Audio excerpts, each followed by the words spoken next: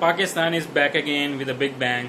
अस्सलाम वालेकुम दोस्तों, मैं हूं सईद उमर फारूक अपने चैनल उमर स्पीक्स की एक और वर्ल्ड कप स्पेशल एपिसोड के साथ आपकी खिदमत में हाजिर हैं।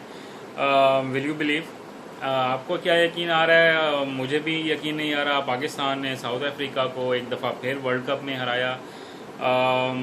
2015 में भी हराया और 2019 में भी हराया। इससे पहले कि हम आज पाकिस्तान की जीत पे मज़ीद बात करें, तो जिन लोगों ने अभी तक मेरे चैनल को सब्सक्राइब नहीं किया वो चैनल को सब्सक्राइब कर लें और बेल आइकॉन के बटन को प्रेस करें ताकि मेरी लेटेस्ट वीडियोस की अपडेट आप लोगों तक पहुंच सके। तो जनाब, बिल्कुल पाकिस्तान ने आज साउथ अफ्रीका को हरा दिया है। कुछ पॉजिटिव्स भी हैं आज के मैच में और कुछ ऑब्वियसली नेगेटिव्स भी हैं। तो पहले पॉजिटिव की बात करें या नेगेटिव की? आई थिंक पहले नेगेटिव की बात कर लेते हैं, फिर अच्छी खबर आप लोगों को बाद में सुनाएंगे। नेगेटिव आज के मैच में काफ़ी सारे हैं जी। अगर हम देख लें तो ओपनिंग स्लॉट ने आज थोड़ा सा फिर मायूस किया। एक अच्छा ओपनिंग स्टैंड देकर 8 ओवर्स के बाद थोड़ा सा नेगेटिव हुए, जिसका नुकसान पाकिस्तान को उठाना पड़ा। अगर पाकिस्तान की ओपनिंग थोड़ा सा मज़ीद बेहतर अच्छा खेलती, जैसे 8 ओवर से पहले ही हम लोगों ने 50 कर लिया था, तो पाकिस्तान का ये स्कोर जो आज 308 था, ये मोस्ट प्रोबेबली 350 या 360 तक हो सकता था। तो ये एक फर्स्ट नेगेटिव पॉइंट था। उसके बाद जो नेगेटिव पॉइंट था वो बाबर आजम की स्लो बैटिंग। ऑब्वियसली बहुत स्लो खेले और बिल्कुल क्रूशल टाइम पर एक दफ़ा उनका कैच ड्रॉप हुआ, बट उसके बाद अगली ही बॉल पर फिर उसी तरह वो आउट हुए। पता नहीं क्या सोच के आए हुए थे। तो ये एक नेगेटिव पॉइंट ज़रूर बनता है। अगर इसके बाद नेगेटिव पॉइंट देखें तो जनाब बिल्कुल mister old professor Mohammad Hafeez बहुत स्लो खेले। ऐसा लग रहा था कि जैसे टेस्ट क्रिकेट खेलने आए हैं सर, उनको थोड़ा सा जगा दें, उनको कोई ये बता दे कि ये टेस्ट क्रिकेट नहीं थी, ये वनडे क्रिकेट थी। और 20 करके वो जिस तरह से एक नॉन रेगुलर बॉलर से पहले आउट हुए एरन फिंच से, और आज एडन मार्करम से जिस तरह वो आउट हुए हैं, तो ये एरिया ऑफ कंसर्न है पाकिस्तान के लिए। और अगर हम बाद में देख लें तो एक और नेगेटिव पॉइंट ये बनता है कि सरफराज जो हैं वो शायद अपने आप को मज़ीद बेहतर बैट्समैन महसूस नहीं करते हैं। वो आज फिर आप देख लें कहाँ बैटिंग करने आए हैं, बिल्कुल वहाब रियाज से भी नीचे। आज हसन अली नहीं खेल रहे थे, अदरवाइज़ उन्होंने हसन अली को भेज देना था बैटिंग करने के लिए। तो ये भी एक नेगेटिव पॉइंट आज के पाकिस्तान के पूरे मैच में बनता है। और एक और जो नेगेटिव बहुत इम्पॉर्टेंट पॉइंट है, नेगेटिव पॉइंट, पाकिस्तान की फील्डिंग इंतहाई बुरी फील्डिंग पाकिस्तान ने आज की। पाकिस्तान ने आज 7 कैचेस ड्रॉप किए और कोई टीम के लिए ये एक मौजज़ा ही हो सकता है, मिरेकल ही हो सकता है कि 7 कैचेस ड्रॉप होने के बाद भी पाकिस्तानी टीम ये मैच जीत गई है। इट मीन्स कि पाकिस्तान ने शायद मैच इतना अच्छा नहीं खेला जितना साउथ अफ्रीका ने ये मैच बुरा खेला है। तो नेगेटिव पॉइंट एक और अगर हम बात करें तो मोहम्मद आमिर, मुझे नहीं समझ में आती कि वो मैच विनर हैं या मैच लूज़र हो सकते हैं, क्योंकि 4 कैचेस आज मोहम्मद आमिर ने सिंगल हैंडेडली ड्रॉप किए हैं। तो बहुत एरिया ऑफ कंसर्न है। ये भी बहुत डीपली देखना पड़ेगा कि हम अपनी फील्डिंग को कैसे इम्प्रूव कर सकते हैं। तो आप बुरी खबरें बहुत सारा सुनाती हैं, तो मेरे ख्याल में थोड़ी सी पॉजिटिव की तरफ आ जाएँ। पॉजिटिव ये है कि जनाब जिस तरह से मुल्तान में हवा चलती है, बिल्कुल वैसे ही पाकिस्तान की बैटिंग चलती है। तो आज मुल्तान में हवा भी चली, बारिश भी हुई और पाकिस्तान की बैटिंग भी चली और पाकिस्तान ने 300 प्लस रन्स किए। और जब भी पाकिस्तान 300 प्लस रन्स करता है तो पाकिस्तान के पास मैक्सिमम चांसेस होते हैं कि हमारी बॉलिंग जो है उसको डिफेंड कर लेती है, अनलेस एंड अनटिल हमारा कोई बहुत बुरा दिन ना हो या ऑपोजिशन जो है वो इंडिया या इंग्लैंड जैसी या ऑस्ट्रेलिया जैसी ना हो। तो ये एक बहुत पॉजिटिव साइन था बैटिंग में। एक और बहुत पॉजिटिव साइन जनाब हारिस सोहेल 4 मैचेस बाहर बैठे, बेंच को अच्छा खासा वार्म किया, बट उसके बाद एकदम टीम में एंट्री हुई। थैंक्स गॉड के शोएब मलिक से हमारी जान छूटी।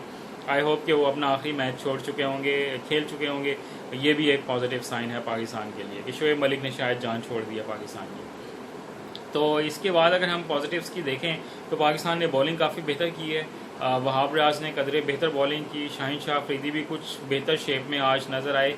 और मिडल ओवर्स में जो मैं हमेशा एक बात करता हूँ कि मिडल ओवर्स में जो टीम विकेट्स ले सकती है वही टीम मैचेस जीतती है। और यही बात आज शादाब खान ने प्रूव करके दिखाई, क्योंकि उन्होंने बहुत 3 क्रूशल विकेट्स ली मिडल ओवर्स की। अगर वो मिडल ओवर्स की विकेट्स ना लेते तो शायद ये मैच इतना ईजी पाकिस्तान के लिए ना बन पाता। तो बहुत पॉजिटिव साइंस हैं जी जनाब। और अब हमें आगे मज़ीद जो है वो दुआएं करने की ज़रूरत है कि ये अब इंग्लैंड जो है वो शायद और अपने मज़ीद कुछ मैचेस हार जाए। अगर हम इंग्लैंड की बात करें तो इंग्लैंड के तीनों क्रूशल मैचेस हैं, इंडिया के साथ, इंग्लैंड के साथ, ऑस्ट्रेलिया के साथ, न्यूजीलैंड के साथ। और अगर वर्ल्ड कप की हिस्ट्री की बात करें तो लास्ट 27 ईयर्स में इंग्लैंड ने ना वर्ल्ड कप में ऑस्ट्रेलिया को हराया है, ना इंडिया को हराया है और ना ही न्यूजीलैंड को हराया है। तो ये 27 साल से अब तक वर्ल्ड कप की हिस्ट्री में इंग्लैंड जो है इन तीनों टीमों के मैचेस नहीं हरा सकी। और अब आखिरी तीनों मैचेस जो हैं वो इन्हीं टफ टीम्स के अगेंस्ट हैं इंग्लैंड के।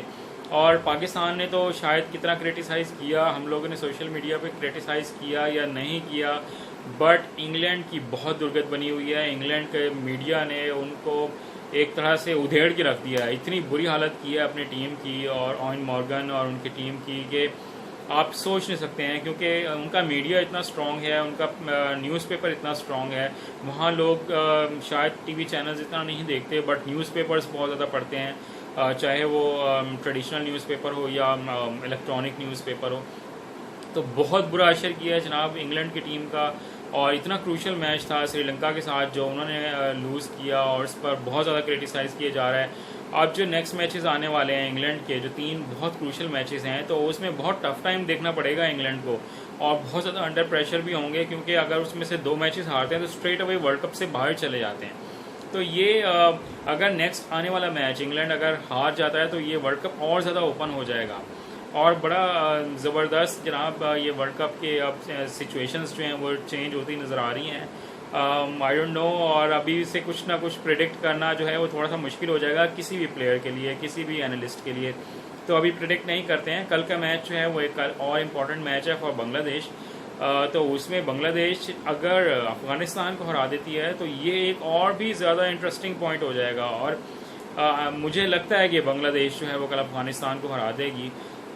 तो बहुत ज़्यादा जनाब कुछ खिचड़ी सी पक रही है वर्ल्ड कप में। कुछ इंटरेस्टिंग होता जा रहा है, जिस तरह से कुछ PSL या IPL में कुछ ना कुछ चेंज होते रहती है ना सिनेरियोज, बिल्कुल उसी तरह इस वर्ल्ड कप में कुछ सिनेरियोज जो हैं वो चेंज होते नज़र आ रहे हैं। आई होप कि पाकिस्तान जो है वो स्ट्रेट अवे अपने तीनों मैचेस जीते। नेक्स्ट मैच हमारा 26 जून को न्यूजीलैंड से है। अगर हम लोग न्यूजीलैंड को ये मैच हरा देते हैं तो it will be a very interesting world cup for Pakistanis and for the whole world. बेहतर उम्मीद के साथ आज की इसी वीडियो का अख्ताम करते हैं। वीडियो अगर अच्छी लगी हो तो लाइक कीजिएगा, चैनल को सब्सक्राइब कीजिएगा और बेल आइकॉन के बटन को प्रेस कीजिएगा और अपना बहुत ज़्यादा ख्याल रखिएगा। पाकिस्तान और पाकिस्तानी टीम के लिए दुआ करते रहिएगा। अल्लाह हाफ़िज़।